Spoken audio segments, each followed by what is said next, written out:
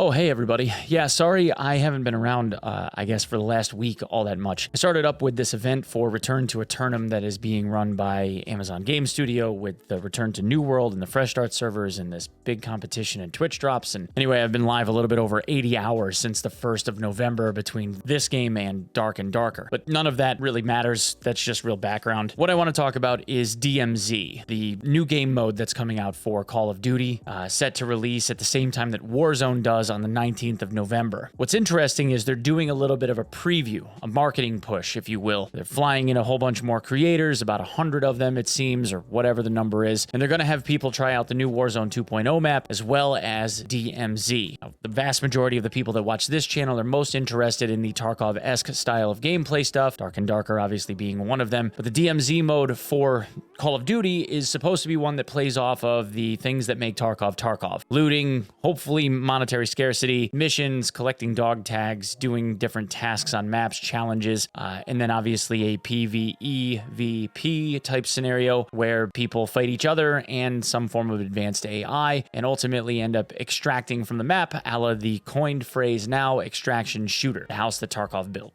Anyway, the point of this is to say we have a tweet that was put out from Lupo. There was a rumor floating around saying that Infinity Ward was bringing out content creators, and the only person that I can see on this list so far is Lupo, insofar as Tarkov gamers are concerned. Lupo said in a tweet, "Yes, sir, it's true. Infinity Ward is bringing me out to LA this week to dig into DMZ and Warzone 2.0. So you can bet your boots I'm going to be tuning in on Wednesday to watch the footage when Lupo ends up going live and to pour over the footage to see what we can see in the game mode. So I'm most interested in the game mode to see what kind of loop there is. What kind of gameplay arc do we have? Is it going to be something where there's going to be a bona fide marketplace with vendors that you'll be able to grab different attachments for your guns with? Is there going to be some type of inventory rotation? Is it going to be difficult? Is stuff going to be scarce? Or is it going to play in a way where most of the items that you want are relatively available and you just need to have the cash to do it? Or do you just unlock attachments like you do in the core game loop of Call of Duty multiplayer? One thing I will say though is that I agree with the sentiment from Pool Shark. If you guys don't know Pool, he's another Tarkov guy, Tarkov-centric guy, plays an awful lot of shooters, awful lot of games really, but he's one of the people that has a tendency to run around with Lupo and Tim and Gennicles and that whole squad of guys.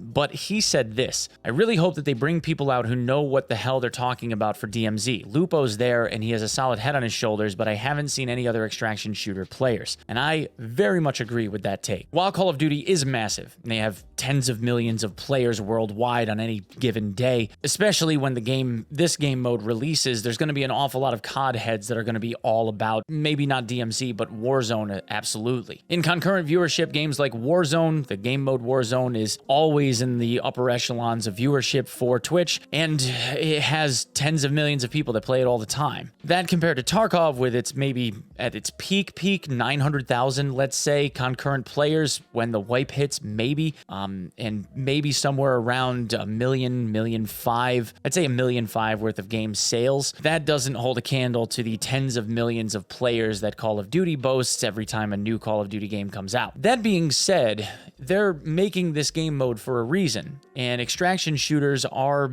a good-sized audience between all of the different versions of an extraction shooter that exists, to the effect that Dr. Disrespect Studio is making an extraction shooter itself, and Dark and Darker, for instance, an indie dev is making a version of an extraction game, but it's got that medieval twist. So Tarkov does have its place in the marketplace. The question is whether or not they end up wanting to market to people in that Tarkov space that have a lot of influence. And the best way to do that, in my opinion, would be to bring out guys that are in the upper levels of viewership for Tarkov. I mean, even 2 or 3, 4 of them coming out to try out DMZ by itself would be a real good step in the right direction, especially because that being an extraction game, those people are the ones that are going to be able to best explain the differences between DMZ and Tarkov and whether or not it's likable. Not necessarily in the feedback perspective, but even if you brought out Landmark or Pest or both to say, hey, I like this and this is why, I think that's a missed opportunity for them. You know, market to the largest audience that you possibly can. Not that they need it, but you know what I'm saying. Anyway, guys, thank you very much for coming and checking out the video. If you would be so kind as to follow me on my socials at OnePegMG on Twitter, at OnePeg on TikTok, where I stream simultaneously there and on Twitch at twitch.tv/OnePeg. And as always, if you would be so kind as to sub the channel, I would greatly appreciate it. Thanks so much. We'll see you in the next one.